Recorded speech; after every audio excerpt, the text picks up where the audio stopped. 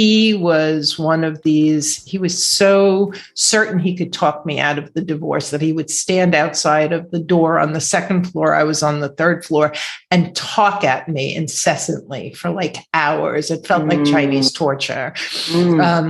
My stepfather gave me a headset that he was using at his job because they were doing construction around. So it's like one of these noise silencing headsets. I was like, any tool I could come up with. I got walkie-talkies for the kids so that they could feel like they could communicate with mommy, even though I was on a different floor. I joined a 12-step program. I went into therapy. My story is it was 3.5 years of a hellacious experience that also ended up being the greatest gift of my life.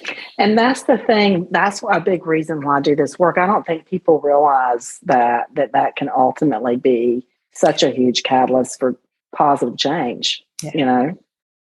And I think it's important to acknowledge divorce sucks. It's bad.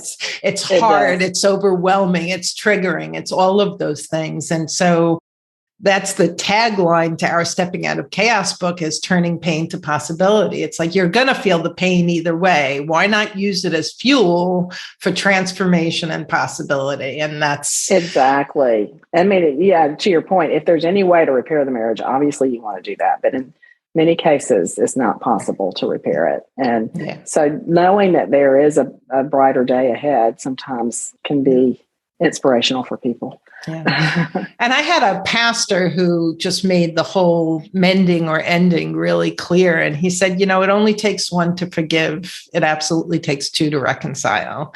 And, right there is usually the clincher for people who are like, if I give 500%, can I make it? And both parties have to participate in the mending. Yeah, exactly. Exactly. Okay. So you got through it. And at that time you said you were in sales. What was the journey to get into the coaching aspect of what you do? Yeah. So for me, the therapy and the 12-step program that was my support. 12-step programs. I was in Al-Anon, like, keep the focus on yourself, keep your side of the street clean. How important is it? All of their slogans and their tools were my support. And so when I emerged, and I had been selling commercial printing for, I don't know, over a decade, and it just and I was good at it. And it just fell so flat. And I just felt like I went through this enormous personal transformation. I emerged a person I was so much more pleased with and proud of being. Like, my who changed dramatically, that going back into the same industry, it didn't make any sense. I just felt like there had to be something more important that I was put on this earth to do after the growth that I experienced. And that's when I started exploring. And for me, the coaching seemed to fit. It fit a lot of my skill sets. It fit my budget. I couldn't go back to school and become like a social worker or a psychologist. So it was something very tangible.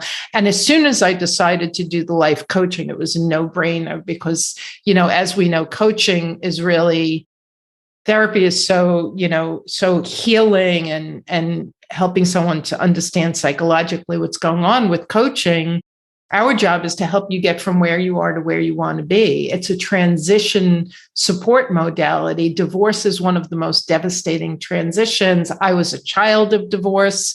I was in this high conflict divorce. To me, I felt like I was created to support people through divorce. Yeah, that's kind of exactly how I feel. It's like my whole life led me up to this point. So I totally get it. Get it. One thing you mentioned earlier when you were sharing your story, which I know will resonate with my listeners, is how he sort of bashed you and the telling the kids. He kind of used that opportunity to bash you.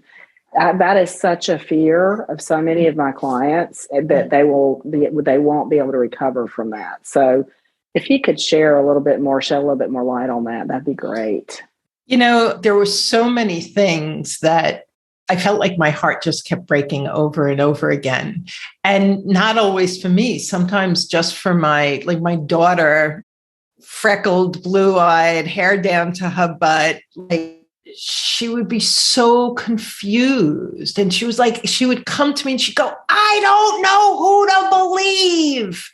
And I was just like, and so one example was one day we were standing in the dining room and he's screaming at me and I'm yelling back at him. And she comes in and she goes, stop fighting. And he goes, sweetie, mommy and daddy aren't fighting. Oh, wow. And I looked at him and I looked at her and I said, darling, if it looks like fighting and it sounds like fighting, you can trust that it's fighting. And I am so sorry. And we're going to stop. And so that was his disordered mind, right? Because, and of course, the damage that can do to someone when you look your child in the eye and say, your reality is not your reality over and over and over again. So there was just all of these things where he either said, this is mommy's fault. He didn't pay child support. He would go to the kids and say, your mother's putting me in jail. Your mother had my car towed away. Your mother. So, and I finally got to a point where I just would say to the children, I'm just not that powerful. Yeah. Yeah. Like, I'm just not that powerful. And that's not who I am. And that's not what I'm doing. And I think that the challenge is you want to bash back. Let me tell you about your father, which is the worst thing to do. And actually my daughter is now my son and daughter in their early to mid 20s now.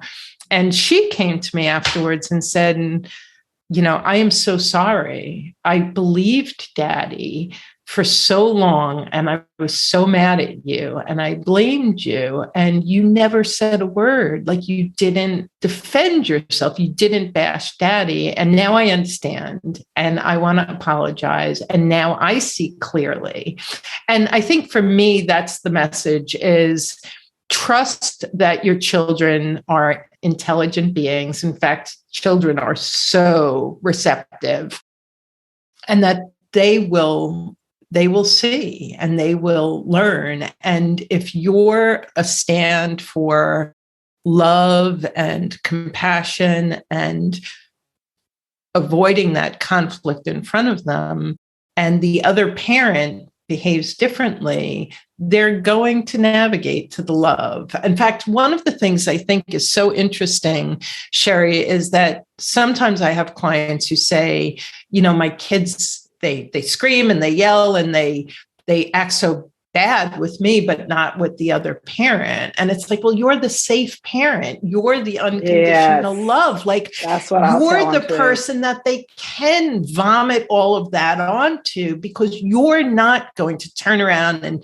bash them or beat them with your words. And so it doesn't feel like a gift, but if you could trust that beneath all of that is a trust about your love for them, that I think is priceless. Yeah, and I often will say, the truth comes out. Eventually, The truth comes out. As long as you continue to take the high road, which is what you did. It's hard. It's not easy. But there's plenty of times when you're going to be triggered and you want to just start bashing them. But you handled that beautifully. You handled it beautifully.